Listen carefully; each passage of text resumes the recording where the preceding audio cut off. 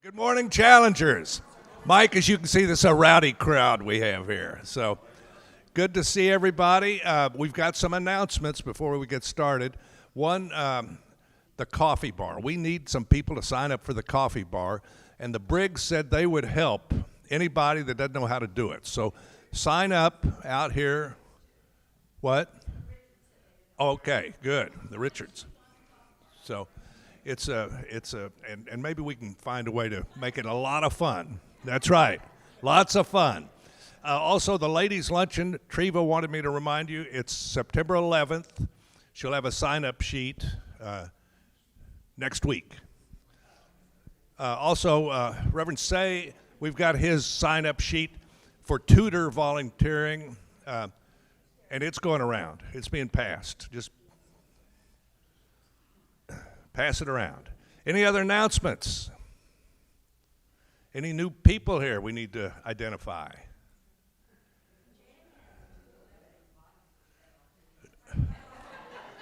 Jan has what for sale?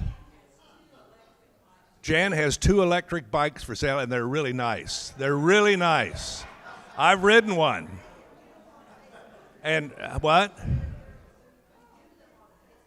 Yes, okay. They're like new. They are just like new. Yeah, well, this is a barter class. We're going to... Enough. Okay, let's pray.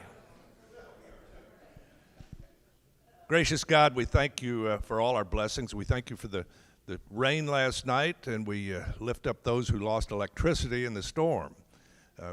We're thankful for all of our blessings, and we just ask that you send your love to us so we can love each other as you love us. In Jesus' name we pray. Amen. Well, our speaker today, Mike Fuhr, has been with the Nature Conservancy for 25 years. And Mike, you're going to find you have a lot of friends here because a few years ago, we had a busload of challengers go up to the tallgrass prairie, and we had a great time, and they were mesmerized by Harvey Payne and Bob Hamilton. And so we know that you're at least as smart as those guys because you're a graduate of Illinois University in biology, got your master's in biology. He's been with the Nature Conservancy for 25 years, been at the president of the Tulsa chapter since 2005, got a lovely wife, Heather, and 4 children. So without further ado, Mike Fuhr.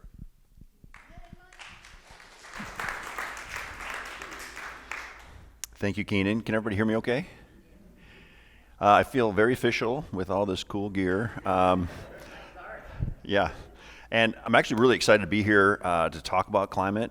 I'm going to share a little bit of background about the Conservancy first, in case you're not familiar with TNC.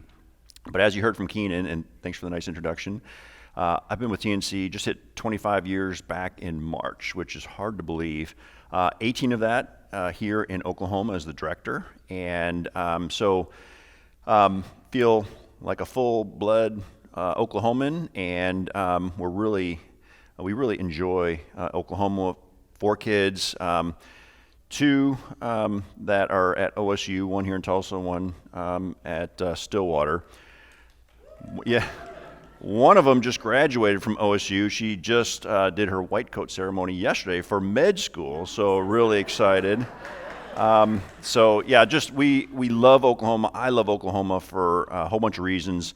One of those is I grew up in Illinois, and Illinois kind of thinks of itself as a prairie state, and it really should be a former prairie state because there's less than 1/10 of 1% of the prairies left in Illinois.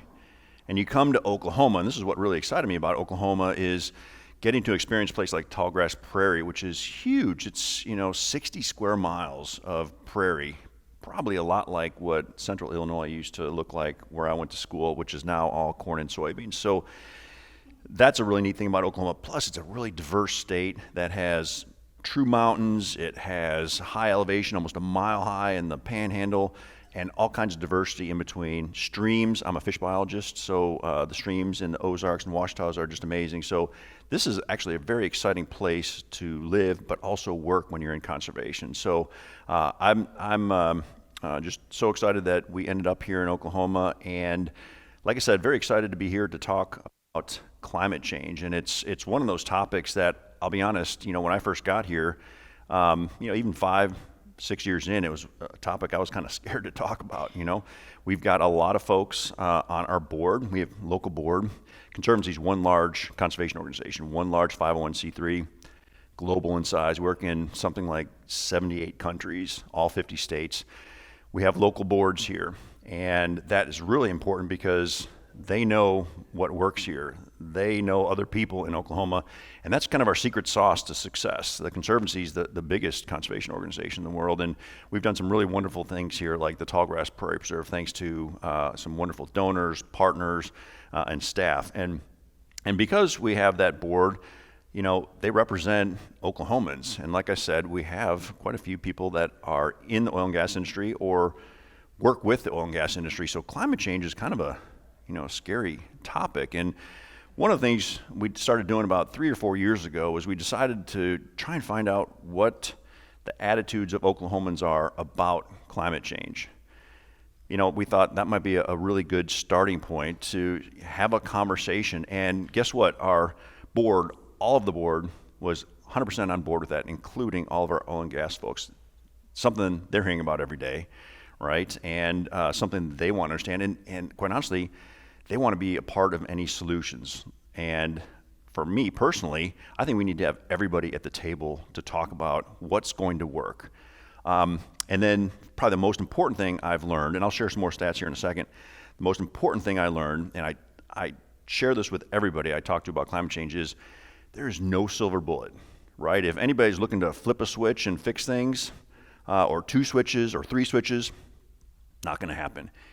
It is so complicated.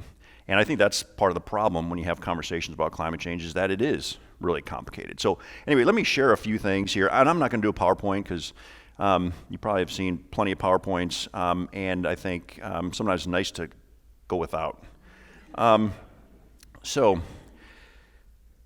back in 2020, there was a survey done, and it was a question about who was alarmed by climate change, who was concerned about climate change.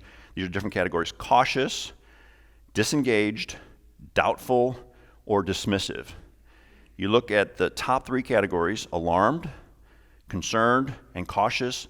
74% of Americans fall in one of those 3 categories. So people are thinking about it. And I think more and more the conversation just over the past 3 years has changed a little bit, because I think we're seeing all these wildfires, we're seeing droughts, things that are a little bit closer to home that make people go, maybe there is something to this. So that was really fascinating to me. And then Oklahoma is a pretty red state, right? I mean, we're about as red as it gets, right? And what's great about the Conservancy, by the way, is that we work well in red states and we work really well in blue states. The reality is, or at least it should be in my mind, conservation shouldn't be a political issue, right? This is something we all need. We need drinking water, we need clean air, we need places to go hike, people want to hunt and fish, want to swim in our rivers, and so it really shouldn't be a political issue. So anyway, one of the things we wanted to look at was, we wanted to look at the percentage of registered Republicans in Oklahoma who believe schools should teach about the causes, consequences, and potential solutions to global warming. 61% said that was a good idea. So fascinating number there too. But the real question is, why are we generally so quiet about climate? Well, I mentioned earlier, I was a little bit chicken about talking about it, is because I've got friends in the oil and gas industry. We've got board members in the oil and gas industry, and a lot of people just say, I'd rather not talk about it because I might make somebody mad. A lot of people say, I don't know enough about climate change to make a difference or to even talk about it. A lot of other people say, this is such a big problem, doesn't matter if I do something. What is little old me going to do, right? And lastly,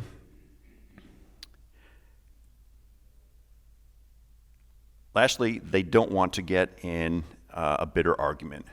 And I think if we take social media out of this, by the way, conversations are a lot easier. And so those are what people are thinking about. They just a little bit wary about it, and it has gotten, just like conservation sometimes, it's gotten to the point where it feels very political, and that's not very helpful, as we know.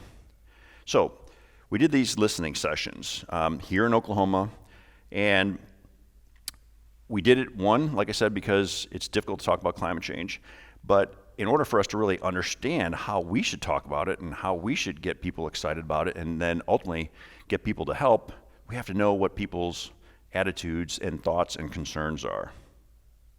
I also think that the Nature Conservancy, because we're quite middle of the road when it comes to who we work with, which is everybody, I think we're uniquely positioned to have this conversation.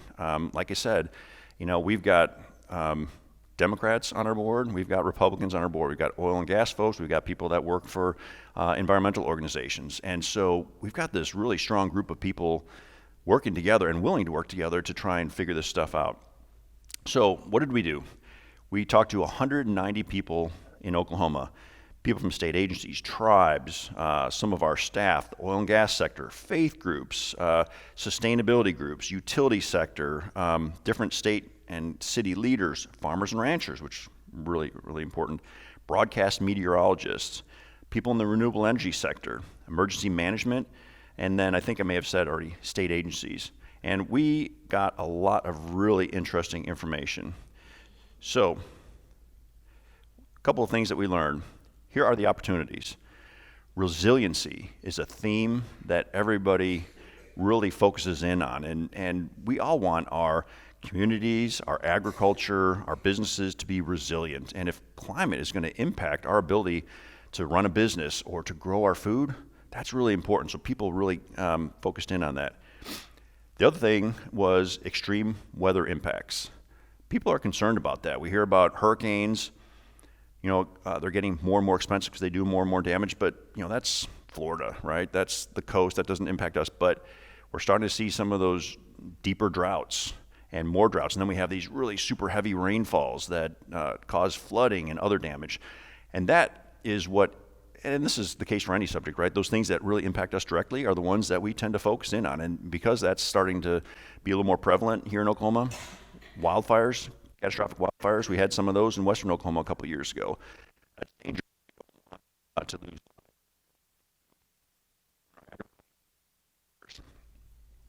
And then the last thing, and this is the part I like, is that people wanted to focus on the solutions. How do we work together to figure this out? And I think that's a really good sign, because I think, in my opinion, working together is the only way we're going to solve any big problem, and climate is no difference. A couple other things. The younger people are, the more that they seem to be into the topic of sustainability and how they can keep our planet in good shape. And they also tend to want to push their parents to do things that are going to benefit our planet. We also learned that several of our tribes are already thinking about this, and they are being proactive.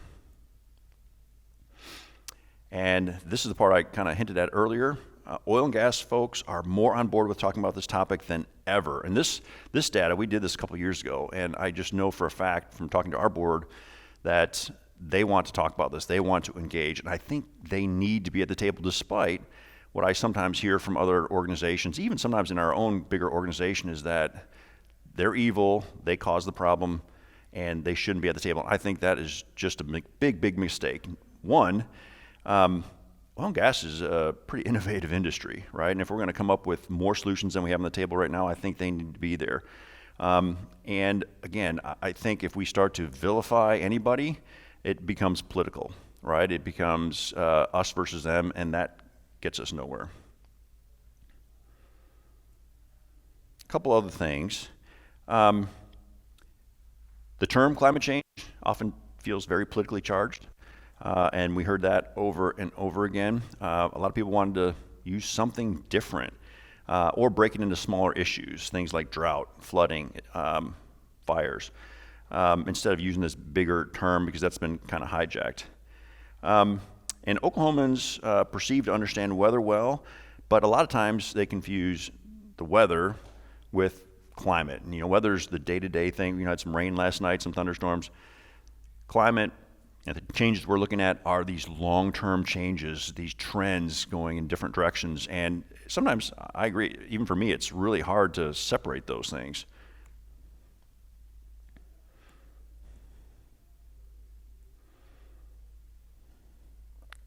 A couple other things. Most groups want to do more. They seem paralyzed due to the perceptions around wading into climate change, like I said earlier. And this is really important for Oklahoma, and I've mentioned this several times, but a lot of people don't want to have the conversation because they might upset their dad, their uncle, their brother who works in the oil and gas industry. And I say this all the time, it's really easy and lazy to say, you're the bad guy because you work in oil and gas. I drove here in an SUV today. So the demand is there. The oil and gas companies met the demand, and all of us are a part of that. So again, this is on all of us to figure out. And then there's also some problems around the perception of climate change being viewed negatively by the ag sector. But I think that's really changing also. A few other observations. People want to talk about it in person, civilly in person. They don't want to do it on social media. I don't know if social media is really good for much, and certainly not talking about issues like this. And then prior to us doing this, there's a lack of snow. We hadn't had snow in quite a while, and people were noticing that. That's something that they thought, why is that? We used to get more snow, and when I was a kid, I used to play in the snow and build a snowman, and there were quite a few years where we didn't have much in the way of snow here in Oklahoma, and that's people recognizing those changes in trends. So let's talk a little bit about the ag sector. What's on their mind is drought, right? You can't grow much without water. So that is first and foremost on their mind, and that is what gets them really focused on climate because they want to be able to grow their crops, and if they have more longer droughts, they've got to adjust and figure out how they're going to grow the food that we need and the products that we need. There's a definite split as to whether they believe it's a natural cycle or mostly caused by man. And there's a real desire, and this doesn't surprise me at all with agriculture, but there's a desire to hear success stories from other landowners, other farmers that are doing things to try and mitigate climate change. And we've got some great examples. I'll mention a little bit later some landowners here in Oklahoma, one named Jimmy Emmons, who is doing all these really neat things on his own farm. He's experimenting, and then he's taking that information on the road to talk about what has worked for him and why. And it's all focused on resiliency and doing things differently so that when we do have rain, it penetrates deeper into the soil, and that soil is around, or I'm sorry, that water, that moisture is around a lot longer. And traditional practices, and this is hard for agriculture, it's really difficult to say, hey, you need to change what you're doing. And they say, well, this is how my daddy did it, and my grandfather did it. This is the way you do it. And so, just like anything, we all love change, right? And agriculture is no different.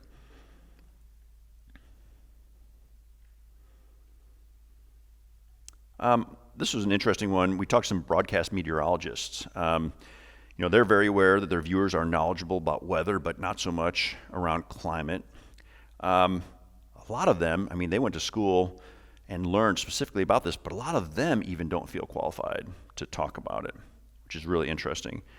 And there's also some concern over how some viewers, particularly those in rural areas, will react if they do mention something during their broadcast.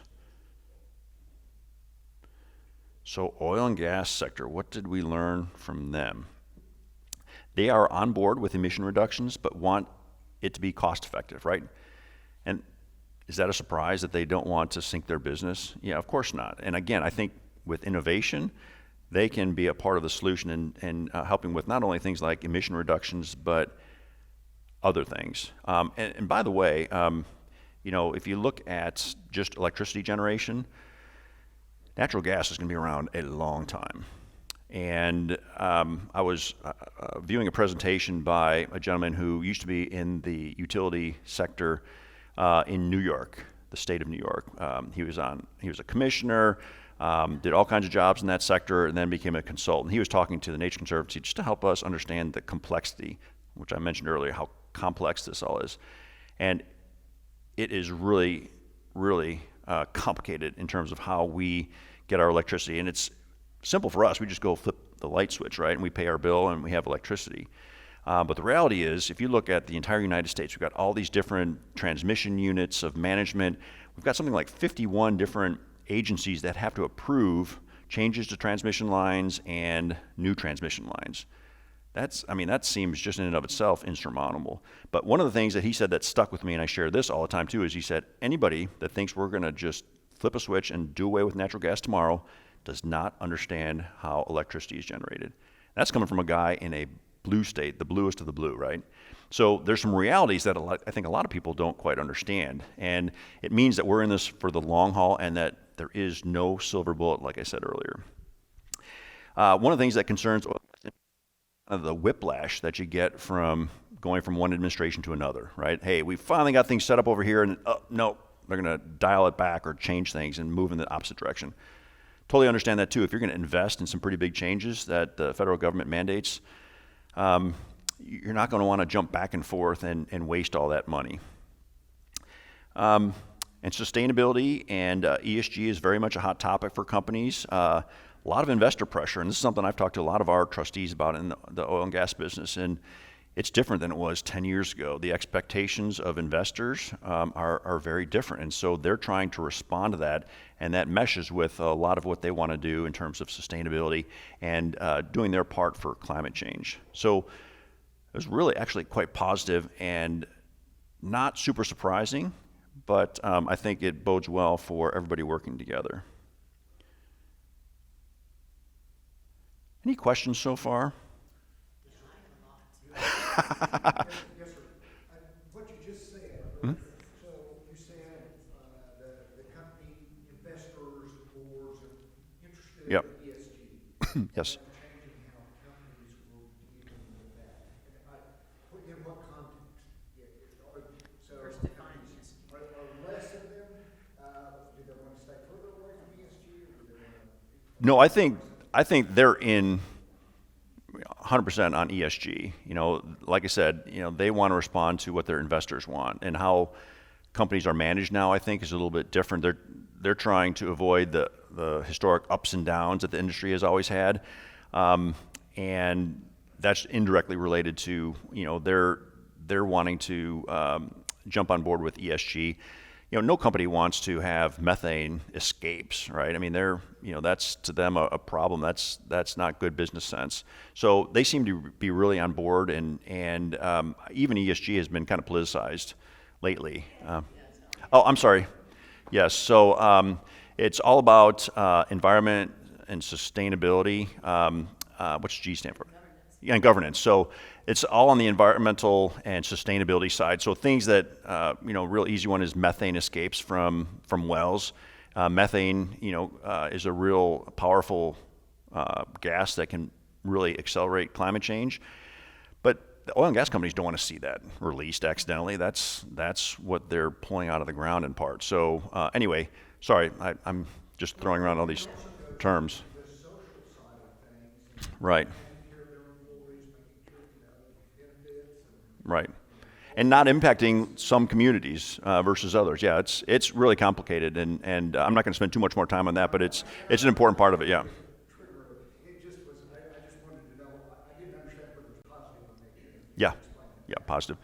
You had a question, Connie? ESG, not just to drill it deeper into that, but the whole idea that investors wanted to get a promise that people would not, that they'd be following ESG guidelines. Banks, like Bank Right. of America, which has been shut out of lending in Oklahoma because of legislation not going social media and even politically. Mhm.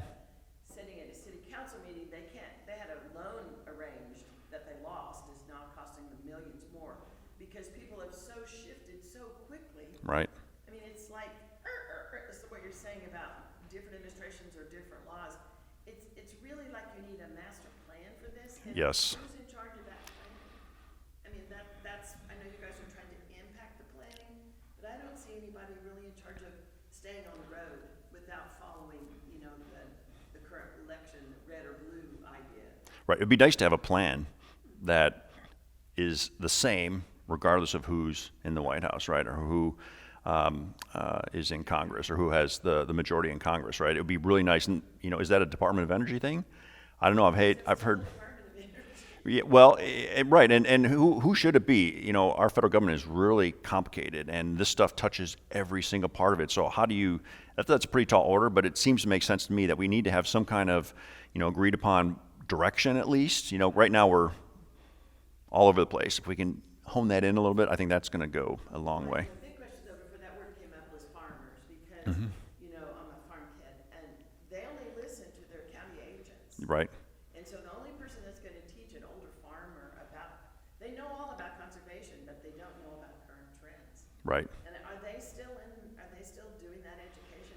Is there still a big group of county agents that are going in Yep. every week to talk to their people that are growing wheat, or is that happening? Yes, that's still in place, and of course every county is a little different. You could have one person in this county, leading the way, and you've got somebody else over here that's not 100% on board with it. There's also OSU Extension. They're really great for sharing information. They're a trusted resource.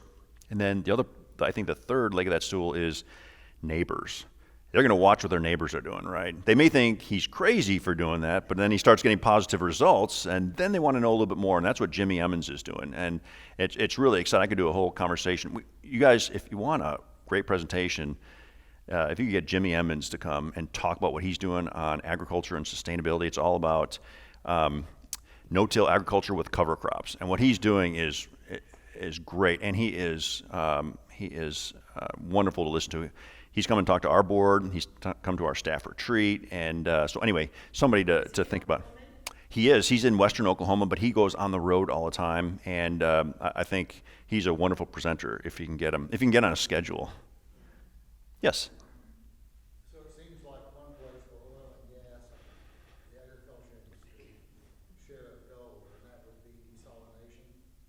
Mm-hmm. Where do we stand on that, and what seems to be holding up progress, or is there a lot of progress we just don't see it? There's some progress. It's still expensive. Desalination was the question, and water needs. That's a big one, and depending on where you are, the needs and the pressures are a little bit different. You think about Phoenix right now. They're in a real world of hurt in terms of just water quantity.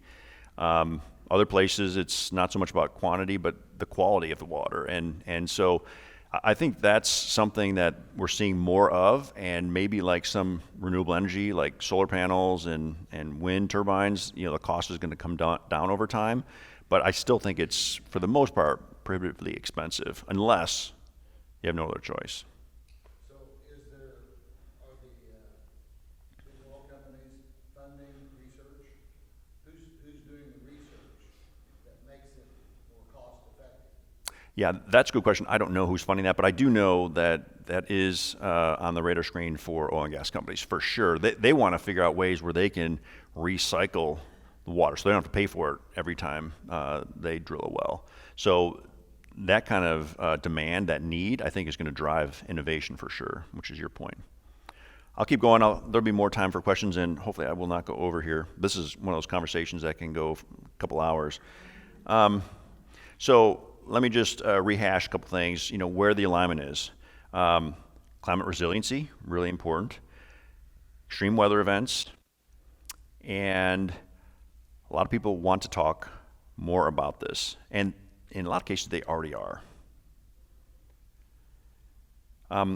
There is, and Keenan, I might be able to email this to you. We do have a Let's Talk Climate Guide.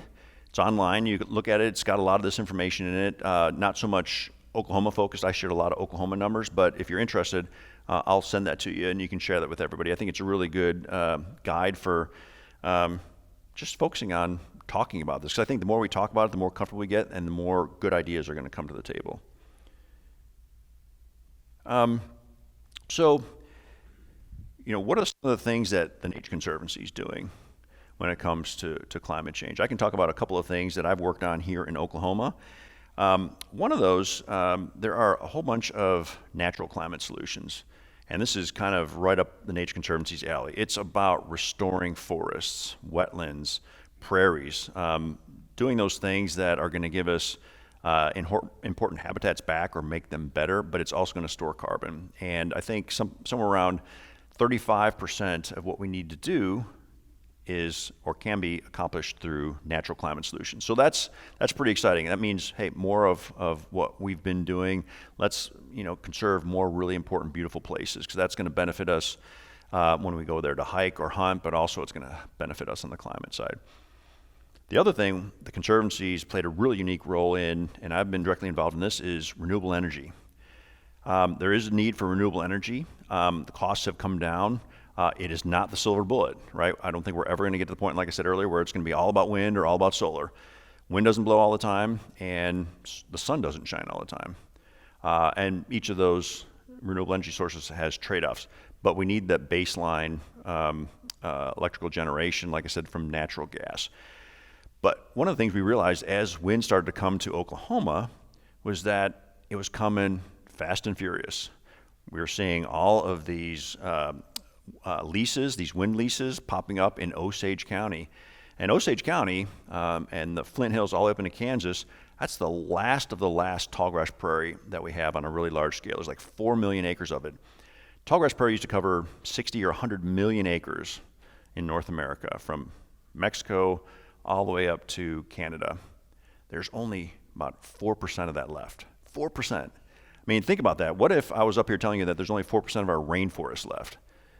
But unfortunately, grasslands, they're not as, maybe they're not as sexy as rainforests, but they are just as diverse and really, really important. We started seeing these leases popping up, and I can understand why a landowner would not want to do it. It's a potential real income source for them.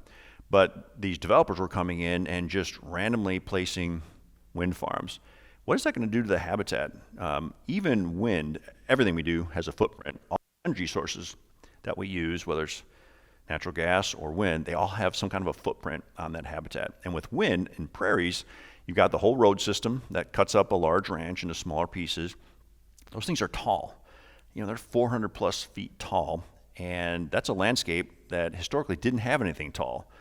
And species that are really sensitive, like lesser prairie chicken, greater prairie chicken, they won't nest within a mile of one of those things. You and I could be standing there and it looks like really great prairie, but they won't nest within a mile of one of those things. And if you extrapolate out 1 mile radius around one of those things, that's 2,000 acres that is not available anymore for those birds to nest. And you look at a wind farm that's got 100 turbines, that really starts to add up. So we started to look at, oh my gosh, what is this going to do to those places we've been working at for decades, like our Tallgrass Prairie Preserve in Osage County, which are truly ecological gems.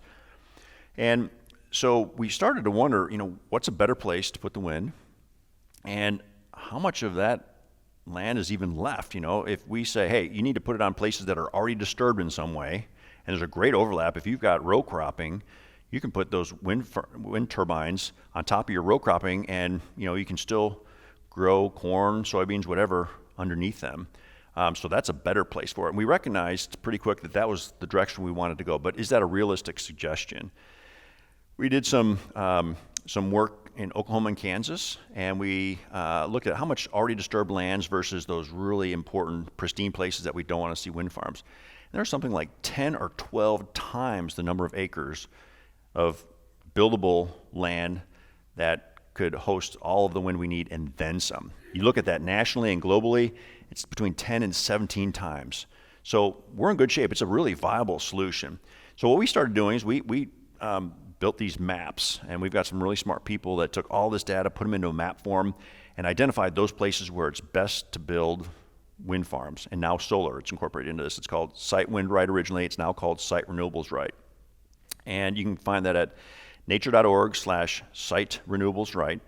And this map we did for Oklahoma, Kansas, and the Texas Panhandle was super well received, because developers were already asking us, if this isn't a good place, where should we put it? Well, we wanted to make it easily accessible. We want to have all that data in one place. So we developed Site Wind Right, covered Oklahoma and Kansas. But pretty soon after that, people were asking, well, I work in Nebraska also. I work in Illinois. I work in Kentucky. I want a map for those places. So we expanded that. It's now covering 19 states. And soon we're going to expand that to cover all the continental United States. And this is a really great tool because it helps. It's it's one-stop shopping for information. And there was some pushback from developers originally. They didn't like that. Essentially, this was identifying some wind farms that weren't sited well. But we learned that if we started working with the power purchasers to say that's what they want when it comes to sustainability, like, if Amazon is going to buy, tons and tons of gigawatts of renewable energy so that gets to net zero, and they're going to be buying it directly from you as a developer, and they say, we're not buying any electricity from poorly sited wind farms, that's some really important market pressure. So now we've shot off in this other direction where we're working with all these big companies like Amazon, Rivian, a whole bunch, and then the Renewable Energy Buyers Group is on board with this. So this little thing that started with just a map analysis in Oklahoma and Kansas is now going to cover the United States. There's one in India. We're talking about doing one for Australia. Europe wants to use this as a model, and so this one thing is taking off, and it's going to help us get some work done on that renewable energy side of things. Again, that's not the sole solution, but we're going to do it in a way that doesn't mess up those really important places to us, like our tallgrass prairie up in Osage County. So that's really, really exciting. We're also thinking about where are those places that are most resilient on the landscape?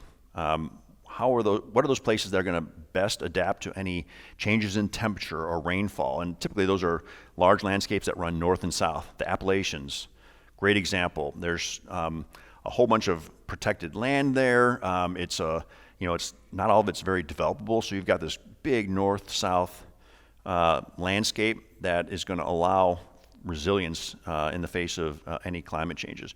For us in Oklahoma, one of those places, the Flint Hills, Osage County up into Kansas.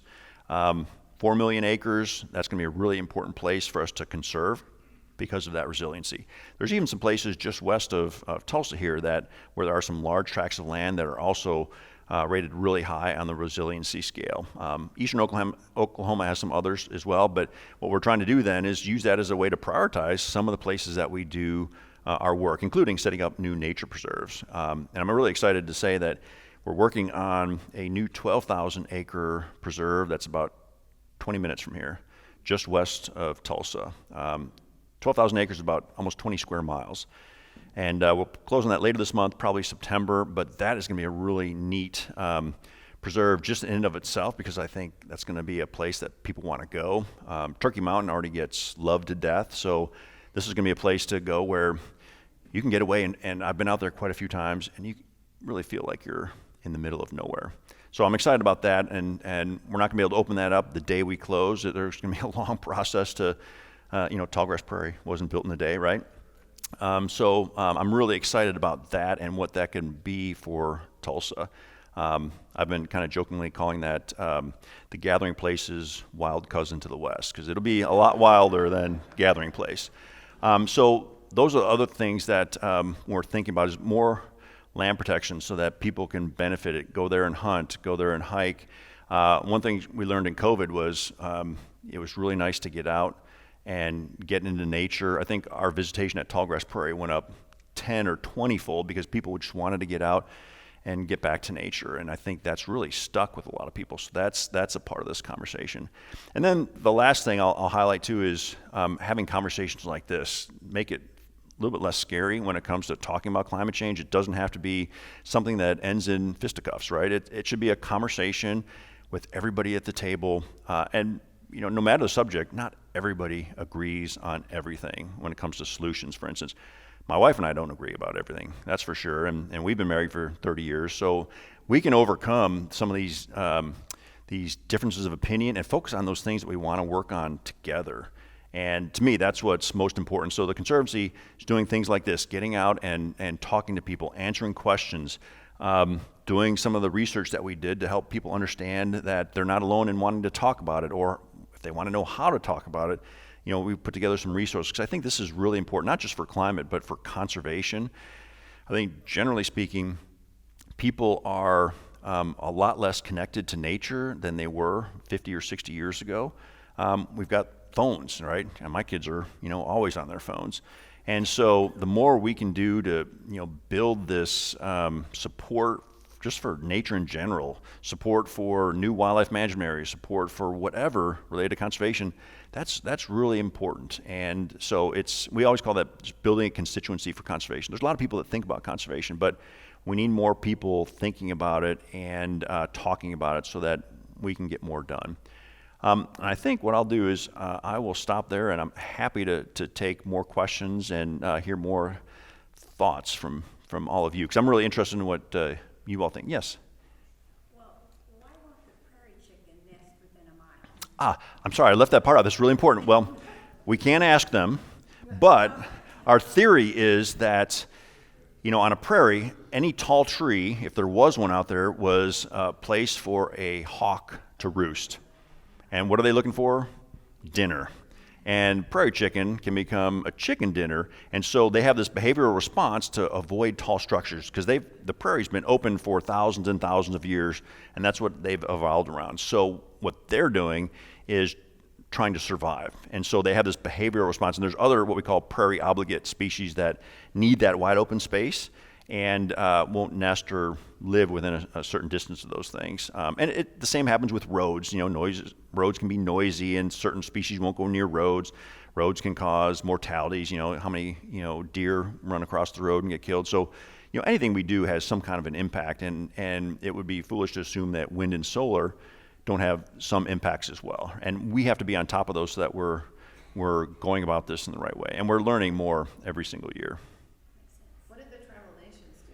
You mentioned they were doing something about it. So they're thinking about sustainability. They're thinking about agriculture and sustainable agriculture. They're thinking about pollinators and protecting pollinator habitat, and a whole bunch of other things too. They're just thinking about it a lot more because they want to be sustainable and not have it sneak up and bite them. And I think that's a big part of this too. Is I think you mentioned this a little bit earlier. Financial risk. Just read that another insurance company pulled out of Florida. They're not going to insure homes there. And why is that? Because it's getting way too expensive, and they're having more and more natural disasters. So this is the kind of thing that's affecting everybody's bottom line in some way or another. And insurance companies were one of the first. They were on the front end of really thinking about the business impacts of changes in climate, because it hits their bottom line every time there's a tornado, hurricane, flood, all those kind of things. Are they doing anything positive though, the insurance companies, other than just leaving? Yeah, there's a project that the Conservancy worked on down in Mexico. I believe it was off the coast of the Yucatan Peninsula. And the insurance companies are investing in conserving the barrier reef down there, because the barrier reef is a natural buffer to hurricanes and other severe weather. So think about that. If you're going to try and benefit your bottom line, you're going to have to invest, and not in buildings or new staff, but invest in protecting something that's going to protect all of those hotels that are insured by these companies. So they're starting to think about these natural solutions. It's not planting trees, but it's investing in the coral reef that provides that protection. So pretty unique. Yes? I've read in the last couple of weeks about the new lake that they're building down by to the west of the gathering place in the river. Right, in the Arkansas River. Yep. And you mentioned the number of agencies that have to approve something before it's built.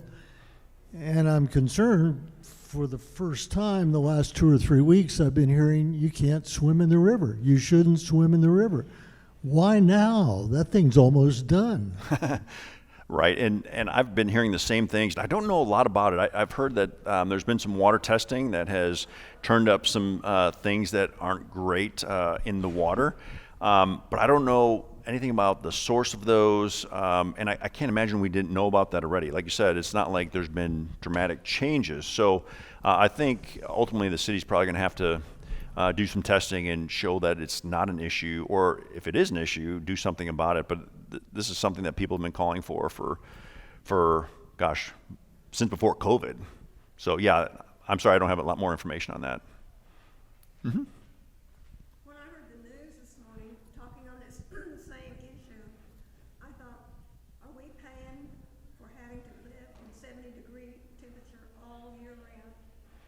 Do we get to go back to the 40s and 50s where we I know. closed? I know. Wouldn't that be nice? Mike, can you repeat that question, please? Yeah, she was wondering about, hey, are we ever going to get to go back to cooler temperatures, essentially, where right now we're dealing with hotter temperatures, it's warmer a lot longer, and I think you're asking about, are we ever going to get back to that? No, all I'm asking is, are we gonna have to give up our air conditioning and central heat? I hope not, because I think a lot about those poor people before air conditioning that lived in places like southern Louisiana, where it's super humid, and I can't imagine sleeping in that without air conditioning. So, no, I think, again, we have to think about this pragmatically. All of us, moving forward, we have to make sure that we can maintain our standard of living, but come up with those creative solutions that are going to allow us to do that. And I think that's what's most important. And the other thing is, and this is where it gets really complicated when I was talking about complications, we're talking about just air conditioning and our heating, cooling. We want to have our lights. We want to be able to charge our computer, all those things. But there are, more than 1 billion people that don't even have electricity yet. So what does that mean for getting them online and having to generate more electricity? We hear about, a lot of power plants going in China right now, and a lot of those are burning coal. And this is a real conundrum, right? Because are we going to tell those people that they can't have what we have? And I don't know what the answer to that is, but it's, boy, the deeper you look into this, the more complicated it is. And so that's where, again, that's why I keep pushing everybody at the table, because we're not going to figure this thing out without everybody bringing solutions to the table. And it's going to take 100 different solutions, not just one flipping of a switch anywhere. I wish it was that easy. And I wish I could tell you that we're going to flip it next week and we don't have to worry about this anymore, but it's just way more complicated than that. Yes, sir. So, you've talked about a lot of different aspects of climate change. Mm-hmm.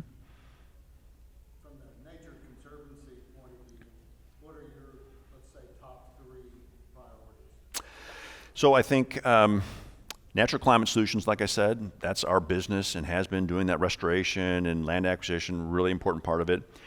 Right now, there's been a couple of bills that were passed that are going to generate additional funding in part for things that will benefit climate change. And so there's billions of dollars at stake here. And one of the things we want to do is try and identify those projects where we're going to get the most bang for our buck, and then work with our federal agencies to discuss those ideas. And then I guess the third thing is just looking at other ways, and some of this could be policy, but what are those other things that we can do in our individual states? Every state's different, right? And so a solution that they come up with in New York probably isn't going to fly here. So what do we want to do? And so we want to have more of these conversations around different ideas, and if some of those are policy related, we need to look at those and work together to get them passed so that we can make our jobs easier. And by the way, one of the things I want to mention was, when we're talking about the Nature Conservancy does some policy work at the federal level, and this entire time we have been fuel agnostic. We're not saying it needs to be all renewable energy. We're not saying it can't be natural gas. It's got to be what makes sense, right? And if you look at, even before we were talking about climate change, how every state gets most of its electricity, it's different. Every state generates electricity a little bit differently. Some have nuclear power plants. Others, like Oklahoma, do not. Some have more access to coal locally. Others do not. And so I think that's going to be the reality, right? What's going to work in Oklahoma is probably not going to work even in Kansas or Illinois or California, right? Every state's a little different. The natural resources, the ideas, the political climate, all those things are very different. And so I think we're going to have to allow a lot of this to happen at the local level where there's buy-in. Because, if I come up with a solution and I somehow get, the Oklahoma legislature to pass it and the governor signs it, if nobody likes it and they push back on it, it's not a solution. It's not durable. So, again, that's why we have to have everybody really focusing on this and working together, because we're not going to come up with any durable solutions if we don't work together. And then the last thing, Conservancy, I guess the fourth is working with agriculture. This is a really, really important one. And I mentioned Jimmy Emmons earlier, and what he's doing is really mirroring, what the Nature Conservancy is doing in other states like Illinois, Iowa, that are these hugely focused on row cropping states, right? A lot of corn, a lot of soybean. And the practices that have been utilized over the past 50, 70, 80 years have been focused on till agriculture and then leaving that soil sit there when there's nothing growing on it. And that can be months and months on end. What happens? Well, that soil can wash away. You're also, every time you plow the soil, the organic matter in there from those old roots, the living roots, everything, that's all carbon. And that starts to oxidize and gets released into the air. And so the Conservancy works a lot with some big ag companies, some large landowners, senators, representatives, and we're focusing on how we change how agriculture does things. And like I said earlier, the solutions we come up with have to work for the farmers, right? If we can help them, maintain their bottom line or improve it, that's a real solution. And so the no-till with cover crops is really, really important. It means different equipment, though. You can't plant your seeds through a cover crop with your standard equipment. And so we're looking at how do we provide some of that new equipment to landowners so that they can experiment a little bit and make it easier so they don't have to invest. That equipment's expensive, right? $50,000 to $100,000. It's not like they can just go to Walmart and get a new drill. It's expensive. So in a lot of places we've bought those no-till drills and have them at the county office where a landowner can, I'm going to do 80 acres, I'll try it this year. They can borrow that for free, plant the seeds into the cover crops and see how it works. And ultimately what that does is you're basically mimicking a more natural system. You're getting all those roots in there. It's not just the roots from your crop, but it's the cover crop that's in there. And the cover crop can be a whole bunch of different things, including plants that put more nitrogen back in the soil, which means ultimately if you do that over the long term, less fertilizer needs. So that's a cheaper approach to growing crops. And again, it's all about the economics of this and making it work. You also lock in a lot more carbon that way. So you're going backwards. Instead of all that carbon getting released every time you plow, we're putting it back in. And that's good for the climate, but it also improves the water part of the equation. That water penetrates so much more deeply into the soil, which means you've got that resiliency. So if you do have a shorter drought, your crops are going to survive. And that's what Jimmy Emmons is finding. He did that. He had some property on both sides of a road, and he started doing the no-till and cover crops on this side and did it traditionally on this side. And then there's a drought. No surprise, Western Oklahoma had a drought. And what he saw was the plants on this side, his crops were doing extremely well, and on this side, they were small and wilting. And he dug a trench on each side after a rain, and you could see the water penetration on his cover crop side was feet. On the side with traditional agricultural was like 6 inches. And the thinking always was, I gotta till up that soil so the water can get into it. And in fact, it does just the opposite. So again, it's all these little things combined into one solution.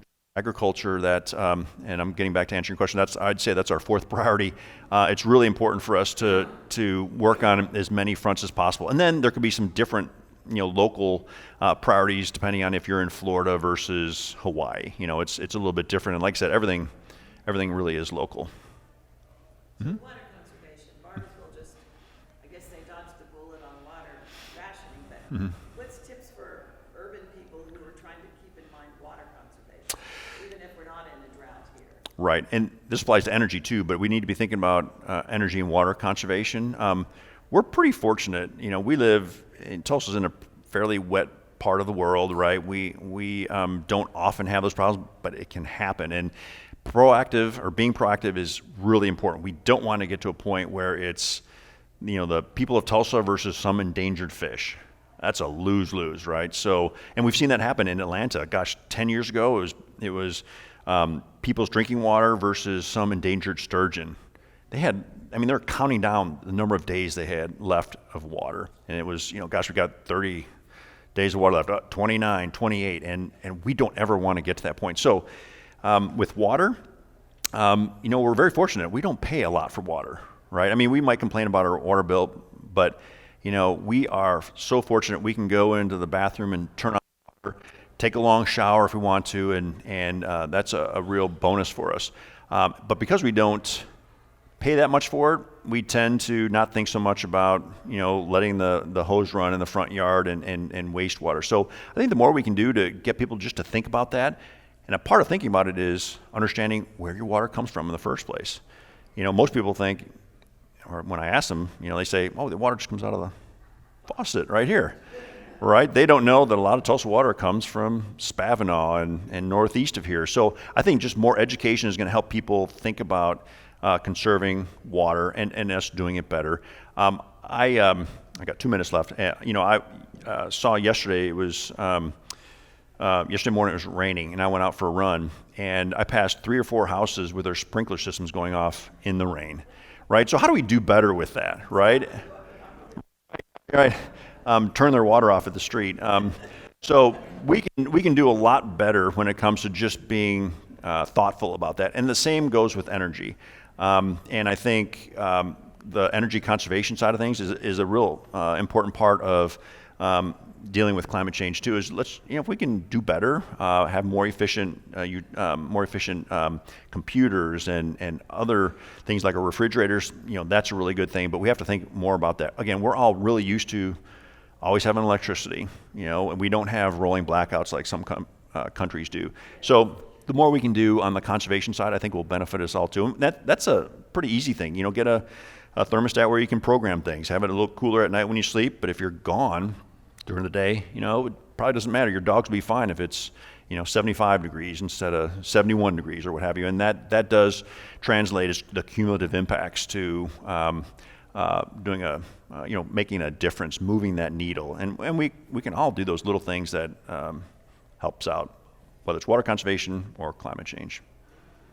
Yep, I think we got like 30 seconds left.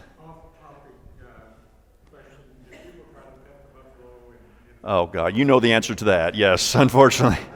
We, knock on wood, we haven't had an issue like that at Tallgrass Prairie before, but yeah, it seems like every month there's a new video of somebody at Yellowstone.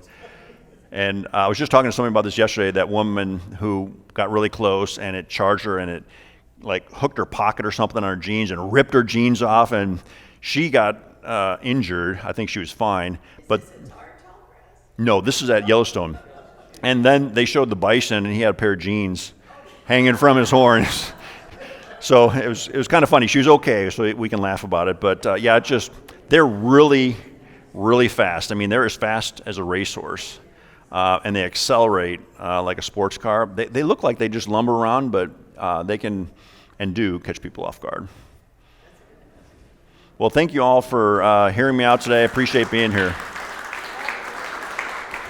Mike, thank you so much. And I said you've got a lot of friends here. And so, folks, when you donate to Nature Conservancy, do it for the Oklahoma chapter. They take stocks, bonds, cash, checks.